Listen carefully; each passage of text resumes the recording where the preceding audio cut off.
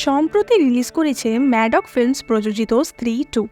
চন্দেরি গ্রামে স্ত্রীর পর এবার কোন কালো অভিশাপের ছায়া নেমে এসছে, যাতে গ্রামের মেয়েরা একে একে গায়েব হয়ে যাচ্ছে। ভিকি আর দলবল কি পারবে সেই শক্তির সাথে লড়াই করতে? এই সিনেমায় গল্পের আড়ালে অনেক প্রাসঙ্গিক কথার উল্লেখ রয়েছে, তাই চলুন শুরু করা যাক। আর শুরু করার আগে সাবস্ক্রাইব করতে কিন্তু একদম ভুলবেন না। সিনেমার শুরুতে আমরা চন্দেরি গ্রামের দৃশ্য দেখি। এখানে আমরা একটি মেয়েকে দেখি যে রাতের বেলা স্মোক করার জন্য বাইরে বেরিয়েছিল। হঠাৎ এসে দেখে অন্ধকারে একটি দানবীয় মূর্তি এবং তার পায়ের কাছে তখনই একটি গোল পাথরের মতো জিনিস গড়িয়ে আসে। মেয়েটি সেটি হাতে তুলতেই সেটি একটি ভয়ঙ্কর কাটা মুন্ডুতে রূপান্তরিত হয়। মেয়েটি প্রচণ্ড ভয় পেয়ে চেঁচিয়ে ওঠে, কিন্তু ততক্ষণে ওই মুন্ডু থেকে শিকড়ের মতো টেন্টিকলস বেরিয়ে আসে এবং মেয়েটিকে সেখান থেকে নিয়ে চলে যায়। এবার আমরা কিছু বছর পরের ঘটনা দেখি এবং দেখি চন্দেরি গ্রাম এখন অনেক উন্নত হয়েছে এবং সেদিন থেকেই চন্দেরি গ্রামে পুজো শুরু। এবার এই পুজোর অনুষ্ঠানেই আমরা দেখি রুদ্রজি স্ত্রীর ঘটনাটি গানের মাধ্যমে বর্ণনা করেন। অর্থাৎ স্ত্রী 1-এর ঘটনাটি এখানে ছোট করে বলা হয় যে কিভাবে স্ত্রী পুরুষদের ওপর হামলা করত। তাই তারা দেওয়ালে ও স্ত্রী কাল আনা লিখে রাখত। কিন্তু তাদের গ্রামকে ভিকি এই স্ত্রীর হাত থেকে রক্ষা করে। স্ত্রীর সমস্ত শক্তি তার বিনুনিতেই ছিল, তাই সেই বিনুনি কেটেই স্ত্রীকে হারানো হয় এবং তার সাথে স্ত্রীকে তার প্রাপ্য সম্মান এবং মর্যাদাও দেওয়া হয়। এখন তাদের গ্রামে স্ত্রীর একটি বিশাল মূর্তি স্থাপন করা হয়েছে, যেখানে লেখা আছে ও স্ত্রী রক্ষা করনা। যাই হোক, এবার আমরা পর দিনের দৃশ্য দেখি এবং দেখি যে রুদ্রর কাছে একটি চিঠি আসে। পোস্টম্যান বলে যে দেখে তো মনে হচ্ছে প্রেমপত্র, কিন্তু খাম খুললে দেখা যায় সেখানে চন্দেরি পুরাণ বইয়ের কিছু ছেঁড়া পাতা ছিল, যেখানে সিরকাটা ভূতের ব্যাপারে লেখা ছিল। এবার এখানে সিরকাটা ভূত বলতে স্কন্ধকাটা বা মুন্ডু কাটা ভূতের কথা বলা হয়েছে, কিন্তু সিনেমায় যেহেতু সিরকাটা বলা হয়েছে তাই তোমাদের এখানে আমি সিরকাটা বলেই উল্লেখ করছি। এবার আমরা ভিকিকে দেখি যে আপন মনে ছাদে বসেছিল। সেই সময় সে দেখে সেখানে শ্রদ্ধা আসে। এবার শ্রদ্ধার কোনো নাম স্ত্রী 1-এ বা স্ত্রী 2-তেও উল্লেখ করা নেই, তাই জন্য আমরা তাকে শ্রদ্ধা বলেই রাখবো। ভিকি তাকে দেখে অবাক হয়ে যায় যে এতদিন পর আপনি, কিন্তু এতদিন আপনি কোথায় ছিলেন? কিন্তু শ্রদ্ধার কাছে যেতেই ভিকি তার মুখ থেকে মদের গন্ধ পায় এবং অবাক হয়ে বলে যে আপনি মদও খান। এবং তখনই শ্রদ্ধা তাকে ঠাটিয়ে একটি চড় মারে এবং আমরা বুঝতে পারি সেটা আসলে শ্রদ্ধা ছিল না, সেটা আসলে রুদ্র ছিল এবং ভিকি তাকেই শ্রদ্ধা হিসেবে ইমাজিন করছিল। এতদিন যেহেতু আগের স্ত্রীর ঘটনার পর থেকে শ্রদ্ধা একবারও এই গ্রামে আসেনি, তাই ভিকি একে তাকে ধরে শ্রদ্ধা বলেই ইমাজিন করতে থাকে। রুদ্র বলে যে শ্রদ্ধা আর আসবে না, ও বেওয়াফা, ও ছলনা করে গেছে। যাই হোক, তারপর রুদ্র ভিকিকে চিঠিতে আসা সেই পাতাগুলো দেখায়। চিঠির সাথে একটি চিরকুট ছিল, তাতে সাবধান করে লেখা ছিল যে ও আসবে, অর্থাৎ কেউ তাদের আগে থেকেই সতর্ক করার চেষ্টা করছে। কিন্তু ভিকি এইসব কথায় পাত্তা দেয় না, কারণ তারা তখনও সারকাটার অস্তিত্বের ব্যাপারে জানতো না। এবার সে তার বন্ধু বিট্টুর সাথে দেখা করে। এবার আমরা দেখি বিট্টুর একটি নতুন গার্লফ্রেন্ড হয়েছে, চিট্টি। চিট্টি খুবই মডার্ন এবং হেলথ কনসিয়াস একটি মেয়ে, আর বিট্টু চিট্টিকে ভিকির পয়সাতেই প্রতি মাসে গিফট কিনে দেয়। এবার প্রতি সোমবার বিট্টু চিট্টির বাড়িতে রাতের বেলা লুকিয়ে লুকিয়ে যায়। এবার অন্যদের কাছে সে দেখায় যে সে আসলে রোম্যান্স করতে যাচ্ছে, কিন্তু আসলে সে ওখানে গিয়ে চিট্টিকে ঘুম পাড়ানি গান শুনিয়ে ঘুম পাড়াতো। এরকমই একদিন বিট্টু চিট্টিকে ঘুম পাড়িয়ে আসছিল, তখনই হঠাৎ তার ঘর থেকে প্রচণ্ড চিৎকারের আওয়াজ আসে এবং আমরা দেখি সার কাটার মাথা চিট্টিকেও তুলে নিয়ে যায়। দেওয়াল ভেদ করে তাকে সে নিয়ে যায়। গ্রামের সব লোকেরা তাকে খুঁজতে বেরিয়ে পড়ে। এই সময় রুদ্র মাটিতে একটি বিশাল বড় পায়ের ছাপ দেখতে পায়। এবার ওখানে সামনে একটি গাঁজাখোর ভিখারি টাইপের লোক শুয়েছিল। সেও বলে যে সারকাটাই চিট্টিকে নিয়ে গেছে, কিন্তু সে গাঁজাখোর হওয়ায় তার কথা কেউ বিশ্বাস করে না। এমন সময় ভিকি দেখতে পায় দূরে কারুর অবয়ব দেখা যাচ্ছে এবং সে সেই ছায়া মূর্তিটিকে ফলো করে। কিছুদূর গিয়ে সে নূপুরের আওয়াজ শুনতে পায় এবং ভিকি ভাবে যে স্ত্রী বোধহয় আবার ফেরত এসে গেছে, কিন্তু তাকে অবাক করে শ্রদ্ধা সেখানে আসে। ভিকি তো প্রথমে বিশ্বাসই করছিল না, কিন্তু তারপর যখন সে দেখে যে শ্রদ্ধা সত্যিই সেখানে এসেছে, সে প্রচণ্ড খুশি হয় এবং রীতিমতো নাচতে শুরু করে দেয়। কিন্তু শ্রদ্ধা তাকে বলে যে এখন এইসবের সময় নয়, সে জানে চিট্টিকে কে নিয়ে গেছে এবং বাকি মেয়েদেরও সেই ধরে নিয়ে গেছে। এই সার্কাটাই হচ্ছে সেই লোক যে স্ত্রীকে হত্যা করেছিল। এবার ভিকি সেখান থেকে ফিরে আসে এবং ভিকি, রুদ্র এবং বিট্টু সেই পাতাগুলি যেগুলি চিঠিতে এসেছিল সেগুলি দেখে এবং সেখান থেকে জানতে পারে যে এই সার্কাটা বা স্কন্ধ কাটা ভূতের ইতিহাস কি। চান্দেরি গ্রামে চন্দ্রভান নামক একজন মুখিয়া ছিলেন। চন্দ্রভান ষাঁড়ের মতো শক্তিশালী এবং অহংকারী ছিল এবং সে 1 নম্বরের লম্পট ছিল। সে মনে করত নারীরা কেবলমাত্র ভোগ্যপণ্য এবং তাদের জায়গা রান্নাঘরে। চন্দ্রভান একজন নর্তকীর নাচ প্রায়ই দেখতে যেত। এবার এই নর্তকীটি যখন বিয়ে করার কথা ভাবে তখন চন্দ্রভান এবং তার লোকজন সেটা সহ্য করতে পারে না। তারা ওই নর্তকীটির প্রেমিকের গলা কেটে দেয় এবং তাদের দুজনের দেহ জ্বলন্ত আগুনে পুড়িয়ে মেরে ফেলে, তাও তাদের সদ্যজাত কন্যা সন্তানের চোখের সামনে। এবার ওই নর্তকীটি স্ত্রী হিসেবে ফেরত আসে এবং চন্দ্রভান এবং তার লোকজনের গলা কেটে তাদের মাটিতে পুঁতে দেয়। এবার এই চন্দ্রভানই হচ্ছে আমাদের সার্কাটা বা স্কন্ধ কাটা ভূত। এতদিন স্ত্রী এই গ্রামে ছিল, তাই জন্য সে আসার সাহস পায়নি, কিন্তু স্ত্রী এই গ্রাম থেকে চলে যাওয়ার ফলে সে আবার ফিরে এসেছে। ভিকিরা ভাবছিল যে হয়তো গ্রাম থেকে মেয়েরা অন্য কোথাও চলে যাচ্ছে বা শহরে চলে যাচ্ছে, কিন্তু আসলে তা না। মেয়েরা গায়েব হয়ে যাচ্ছিল কারণ সার্কাটা তাদের নিয়ে যাচ্ছিল। এবার তার মানে এখন একটাই দাঁড়াচ্ছে যে সার্কাটাকে পরাজিত করার জন্য আবার স্ত্রীকে ফেরত আনতে হবে। কিন্তু কিভাবে? এখানে তারা একটা প্ল্যান বানায় যে তারা জানাকে ডেকে আনবে। যেহেতু জানাকে স্ত্রী ধরে নিয়ে গেছিল তাই তার সাথে এখনো স্ত্রীর সংস্পর্শ আছে, সে পুরোপুরি এখনো ওই ঘোর থেকে বেরোতে পারেনি। তেমনি জানার মা বাবা তাকে তার কাজিন ভাস্করের বাড়িতে থাকার জন্য পাঠিয়ে দিয়েছিল। এবার ভিকি এবং বিট্টু তার বাড়িতে যায় এবং গিয়ে জানাকে মিথ্যে কথা বলে যে চান্দেরি গ্রামে একটা নাটক হবে, তার জন্যই তোমাকে নিয়ে যেতে এসেছি। এবার এখানে আমরা দেখতে পাই যে জানার বাড়িতে একটি ঘরে কিছু আওয়াজ হচ্ছে। এবার ভিকি এবং বিট্টু সেখানে গিয়ে দেখে যে সেখানে একটি নেকড়ে বা একটি ভেড়িয়া রয়েছে এবং এখানেই স্ত্রীর সাথে ভেড়িয়ার কানেকশন করা হয়েছে, অর্থাৎ ভাস্কর যে কিনা ভেড়িয়া ছিল সেই হচ্ছে জানার কাজিন এবং জানা সেখানে গিয়েই থাকছিল। এবার বিট্টু এবং ভিকি সেই দরজা খুলে দেওয়ায় ভেড়িয়া সেখান থেকে বেরিয়ে যায়। এবার তারা তো মিথ্যে কথা বলে জানাকে গ্রামে নিয়ে আসে, কিন্তু তারপর যখন তাকে সত্যি কথা বলা হয় যে স্ত্রীকে খোঁজার জন্যই তাকে আনা হয়েছে, জানা একদমই রাজি হয় না। সে প্রচণ্ড ভয় পেয়ে যায়, কিন্তু তারপর বাকিদের চাপে পড়ে সে রাজি হতে বাধ্য হয়। এবার তারা স্ত্রীর যেখানে আস্তানা ছিল সেখানে জানাকে নিয়ে আসে এবং তাকে একলা ছেড়ে দেয় যাতে স্ত্রী আসে, কিন্তু তখনই জানা হঠাৎ গায়েব হয়ে যায়। এবার তারা 3 জন জানাকে খুঁজতে থাকে এবং দেখে জানা একটি গুহার ছাদে ঝুলছে বা বলা যায় আটকে রয়েছে। এবার তখনই জানা সেই উপর থেকে পড়ে যায় এবং তার চোখ উল্টে যায়, তার নিঃশ্বাস প্রশ্বাস বন্ধ হয়ে যায় এবং আমরা দেখতে পাই জানা সেখানে মারা যায়। আর মৃত্যুতে বাকি সবাই খুবই ভেঙে পড়ে এবং কান্নাকাটি শুরু করে দেয়, কিন্তু তখনই ঠিক জানার প্রাণ আবার ফিরে আসে এবং তারা তাড়াতাড়ি সবাই ওখান থেকে পালায়। কিন্তু সার্কাটার মুন্ডু ততক্ষণে তাদের পিছু নিয়েছিল। জানা তার মুন্ডুতে আগুন ধরিয়ে দেয় এবং তারা গ্রামে ফিরে আসে, কিন্তু সার্কাটা তখনও তাদের পিছু ছাড়েনি। তারা গ্রামে ঢুকেই একটি হাতির মূর্তির খোলসের ভিতর লুকিয়ে পড়ে এবং ঠিক করে ওইভাবেই তারা ভেতরে থেকেই বাড়ি যাবে।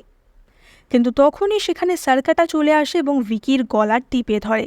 এবার বাকিদেরও ক্ষমতা ছিল না যে ভিকিকে বাঁচানোর, কিন্তু তখনই সেখানে আমরা দেখি যে শ্রদ্ধা চলে আসে এবং তার জাদুই বিনুনি দিয়ে সার্কাটার ওপর আঘাত করে। যেহেতু স্ত্রীর বিনুনির শক্তি শ্রদ্ধার কাছেই ছিল, তাই সে এইভাবে সার্কাটার বিরুদ্ধে লড়াই করতে সক্ষম হয়। সে তার বিনুনি চাবুকের মতো ঘুরিয়ে ঘুরিয়ে সার্কাটাকে মারতে থাকে, কিন্তু সার্কাটা তার বিনুনি ধরে নেয় এবং এক আছাড়ে তাকে ফেলে দেয়। সার্কাটা তাদের গ্রামে স্ত্রীর মূর্তিটি ভেঙে দিয়ে সেখান থেকে চলে যায়। এবার পরদিন তারা সবাই ঠিক করে যে করে হোক সার্কাটাকে হারাতে হবে, কিন্তু কিভাবে? এবার তারা পরদিন জানার বাড়িতে যায় এবং দেখে সে এখনও খুব ভয় পেয়ে আছে, সে এখনও একটা ঘোরের মধ্যে আছে। তার জন্য তার মা ভিকিদের ওপর খুব রাগ করে। এবার জানা বলে যে সে চোখ বন্ধ করলেই ওখানকার দৃশ্য দেখতে পাচ্ছে, কিন্তু তখনই শ্রদ্ধা তার মাথায় হাত রেখে কিছু মন্ত্র উচ্চারণ করে এবং তাকে শান্ত করে। এবার শান্ত হয়ে জানা বলে যে সে আগের দিন যখন 3 মিনিটের জন্য মারা গেছিল সে আসলে মারা যায়নি, সে আসলে সার্কাটা যেখান থেকে আসে সেই দুনিয়ায় চলে গেছিল এবং সেই জায়গার বর্ণনা জানা দেয়। জায়গাটা ভয়ঙ্কর, গাছপালা সব শুকনো, সেখানে উল্টো উল্টো পাহাড় ঝুলছে এবং নিচে লাভার সমুদ্র। এবং সেখানে যে সমস্ত মেয়েরা গায়েব হয়ে গেছে সেই সমস্ত মেয়েরা ছিল। তাদের পরনে সাদা শাড়ি ছিল এবং তাদের মাথার চুল কামিয়ে ন্যাড়া করে দেওয়া হয়েছিল। সেখানে চিট্টিও ছিল এবং তার মাথাও ন্যাড়া ছিল। এবার চিট্টি টাকের কথা শুনেই বিট্টু সবার আগে বলে ওঠে যে 2800 টাকার শ্যাম্পু কিনে দিয়েছিলাম ওকে, টাকলা হয়ে গেল। চিট্টির সাথে সার্কাটার কী শত্রুতা? এই সময় শ্রদ্ধা বলে যে চিট্টি নয়, আধুনিক মনস্ক সব মেয়ের সাথেই এর শত্রুতা, এবং যে সমস্ত মেয়েরা গায়েব হয়ে গেছে তারা সবাই আধুনিক মনস্ক ছিল। তাদের মধ্যে একজন তাইকন্ডো চ্যাম্পিয়ন ছিল, আর একজন তো বাইরে চাকরি করতে গেছিল, একজন অন্য কাস্টে লাভ ম্যারেজ করেছিল। সুতরাং এই সমস্ত মেয়েদেরই সার্কাটা ধরে ধরে নিয়ে যাচ্ছে। এবার তারা গ্রামের লোকেদের সার্কাটার ব্যাপারে সাবধান করে দেয়। গ্রামের মহিলারা বলে ওঠে, এতদিন তো ও স্ত্রী কালানা লেখা হতো, তাহলে কি এবার ও পুরুষ কালানা লেখা হবে? এবার গ্রামের মহিলারা সবাই ভিকির কাছে অভিযোগ করে যে তুমি স্ত্রীকে তাড়িয়েছিলে, তাই আজকে এই অবস্থা। যতদিন স্ত্রী ছিল গ্রামের পুরুষরা ভয় পেত, আর আজকে স্ত্রী নেই বলে এই সার্কাটা আসার সাহস পেয়েছে। তোমাকেই সার্কাটার সাথে লড়তে হবে আর আমাদের রক্ষা করতে হবে। তারা ভিকির নামে জয় জয়কার করে এবং তার গলায় মালাও পরিয়ে দেয়। শ্রদ্ধাও বলে যে একমাত্র ভিকি পারবে সার্কাটার সাথে লড়াই করতে, কারণ শাস্ত্রীজি বলেছিলেন যে যার চোখে ভালোবাসা আছে এমন একজন শিল্পী সেই এই শহরের রক্ষক হবে, এবং সেটা আর কেউ না, সেটা ভিকি। এবার শ্রদ্ধা তাকে একটি জাদুই ছুরি দেয় এবং বলে যে সার্কাটার চোখে চোখ রেখে তার বুকে এই ছুরিটি গেঁথে দিতে হবে, তাহলেই সে মারা যাবে। কিন্তু তাকে গ্রামের মধ্যে ডেকে আনা হবে কিভাবে? এই সময় রুদ্র বলে যে সার্কাটা তো জীবদ্দশে একটা লম্পট ছিল, গ্রামে নাচ গানের একটা আসরের ব্যবস্থা করা হলে ও নিশ্চয়ই আসবে। কিন্তু এই গ্রামের কোনো মেয়েই নাচ গান করার জন্য রাজি হবে না। তখন রুদ্র বলে যে আমি একজনকে চিনি, সেই চান্দেরই গ্রামের নয়, তাকে আমি বললে সে নিশ্চয়ই রাজি হবে। তখন তারা সবাই মিলে শ্যামার সাথে দেখা করতে যায়। শ্যামা একজন নর্তকী ছিল এবং শ্যামার সাথে রুদ্রর কিছু সম্পর্ক ছিল, তাই জন্য শ্যামা এখানে নাচ গান করতে রাজি হয়ে যায়। এবার এই নাচের আসরের শেষেই হঠাৎ গ্রামের কারেন্ট চলে যায় এবং সার্কাটা সেখানে চলে আসে। ভিকি তার বুকে ছোড়া বসাতে গেলেই সে তার কাটা মুন্ডু তুলে ধরে এবং তার চোখ থেকে হলুদ হলুদ রশ্মি বেরিয়ে আসে, যেটার প্রভাবে গ্রামের যে সমস্ত ছেলেরা সেখানে ছিল তারা সবাই বশীভূত হয়ে যায়। সার্কাটা শ্যামাকে সেখান থেকে তুলে নিয়ে যায়, কেউ কোনো বাধা দেয় না। এমনকি শ্রদ্ধাও এই সময় এখানে তাদের বাঁচাতে আসে না। এবার যে সমস্ত ছেলেদের সার্কাটা বশ করেছিল তাদের আচার ব্যবহারও ওই শয়তানের মতোই হয়ে যায়, এবং তাদের মধ্যে বিট্টুও ছিল। তাদের সবার চোখের রং বদলে গেছিল। তারা সবাই মিলে মহিলাদের ঘর বন্দি করে দেয়, গার্লস স্কুল বন্ধ করে দেয়, মেয়েদের হাত থেকে ফোন, মোবাইল, নিউজ পেপার সব কিছু কেড়ে নেয়। এবার শ্রদ্ধা আসে, কিন্তু তাকে দেখেই ভিকি তার ওপর রাগ করে যে যেদিন সার্কাটা এসেছিল সেদিন আপনি কোথায় ছিলেন? ও এত বড় ক্ষতি করে দিয়ে চলে গেল। শ্রদ্ধা বলে যে আমি সেদিন ইচ্ছা করেই আসিনি, কারণ আমি ভেবেছিলাম যে সার্কাটা যখন এখানে আসবে তখন আমি ওর আস্তানায় গিয়ে বাকি মেয়েদের বাঁচিয়ে আনবো, কিন্তু ওর আস্তানায় ঢোকার যে দরজা আমি সেইটা ভেদ করেই ঢুকতে পারিনি। তুমি আমার উপর ভরসা করো, আমরা নিশ্চয়ই কোনো না কোনোভাবে ওকে হারাবো।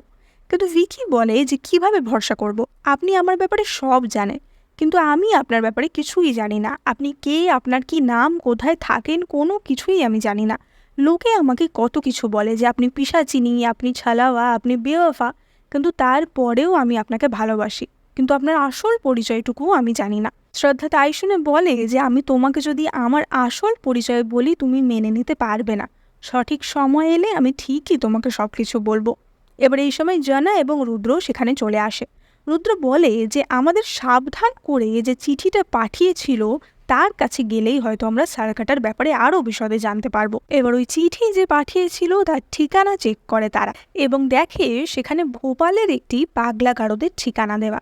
এবার তারা সেই পাগলা গারদে যায় এবং দেখে সেখানে সার্কাটার শেষ বংশধর থাকে, যে তাদের চিঠিটা পাঠিয়েছিল, কিন্তু সে মানসিক স্থিতি সম্পন্ন নয়, তাই সে নিজেকে শাহজাহান ভাবে আর জানাকে মমতাজ ভাবছিল। এবার জানাও মেয়েলি ভাবে মমতাজ সেজে তার কাছে জিজ্ঞাসা করে যে সার্কাটাকে কিভাবে হারানো যাবে, এবং তখন লোকটি বলে যে সার্কাটাকে সহজে মারা যাবে না, তাকে কেবলমাত্র তার আস্তানার ভেতরেই মারা যাবে। কিন্তু তার আস্তানায় কিভাবে ঢুকতে হয় তাতে সে বলে যে পুরুষ বা জানোয়ার বা নারী বা মানুষ কেউই ঢুকতে পারবে না, কেবলমাত্র যে অর্ধেক নারী এবং অর্ধেক পুরুষ সেই ঢুকতে পারবে, কিন্তু যতক্ষণ না সার্গাটা বলি পাচ্ছে ততক্ষণ সে শান্ত হবে না। এবার শ্রদ্ধা এই কথা শুনে বলে যে ঠিক আছে, কিভাবে আস্তানায় ঢোকা হবে সেটা নিয়ে চিন্তা করতে হবে না, সেটা সে দেখে নেবে। ভিকি ওখানে ঢুকে সার্গাটার মাথা দুভাগ করে দেবে এবং এভাবেই তাদের কার্যসিদ্ধি হবে। এখানে জানা বলে যে যদি এই প্ল্যানটা না কাজ করে আমার কাছে কিন্তু প্ল্যান বিও আছে, কিন্তু কেউ তার কথায় পাত্তা দেয় না। ভিকি তাকে জিজ্ঞাসা করে যে তুই আগে বিয়ের স্পেলিংটা বলতো, কিন্তু সেটা সে বলতে পারে না। অন্যদিকে গ্রামে সেদিন মহাপুজোর শেষ দিন ছিল এবং মহাপুজোর আরতি ছিল, কিন্তু গ্রামের যে সমস্ত পুরুষেরা সার্কাটার বসে ছিল তারা গ্রামের সব মহিলাকে ঘরে বন্ধ করে তালা দিয়ে দেয় এবং বলে যে আজকের আরতি কেবলমাত্র পুরুষরাই করবে। এবার অন্যদিকে ভিকি মাথা ফাটানোর প্র্যাকটিস করতে থাকে এবং তারা 4 জন রাতের বেলা সার্কাটার আস্তানার দিকে রওনা দেয় এবং সেখানে ততক্ষণে বিট্টুও চলে আসে, কিন্তু সে তখনও সার্কাটার বসেই ছিল এবং সে ভিকিদের আটকাতেই ওখানে এসেছিল। জানা এবং রুদ্র তার মুখ বেঁধে তাকে ধরে রাখে। এবার শ্রদ্ধা ভিকিকে বলে যে এবার আমাদের এক হতে হবে, কিন্তু ভিকি আবার এই কথার অন্য মানে ভেবে লজ্জা পাচ্ছিল। কিন্তু শ্রদ্ধা তার কাছে যায় এবং ম্যাজিক্যালি তার শরীরে প্রবেশ করে। তাদের দুজনের দেহ মার্জ হয়ে যায়, অর্থাৎ অর্ধেক নারী এবং অর্ধেক পুরুষ, যার মাধ্যমে তারা ওই পাথরের দরজাটি ভেদ করে ঢুকতে সক্ষম হয়। ভিতরে ঢুকেই তারা চারপাশের ভয়ঙ্কর দৃশ্য দেখে ভয় পেয়ে যায়।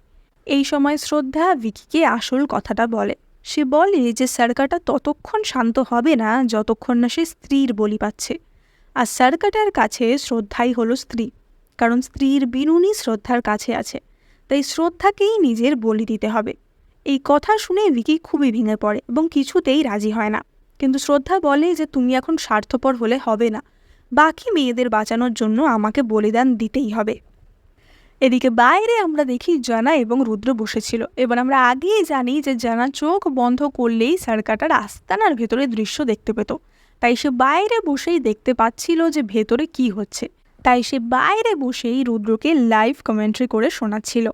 এবার ভিকি অন্য মেয়েদের কাছে যায় এবং ততক্ষণে সার্কাটাও চলে আসে এবং শ্রদ্ধার দেহ থেকে সমস্ত শক্তি এবং ঊর্জা শুষে নিতে থাকে।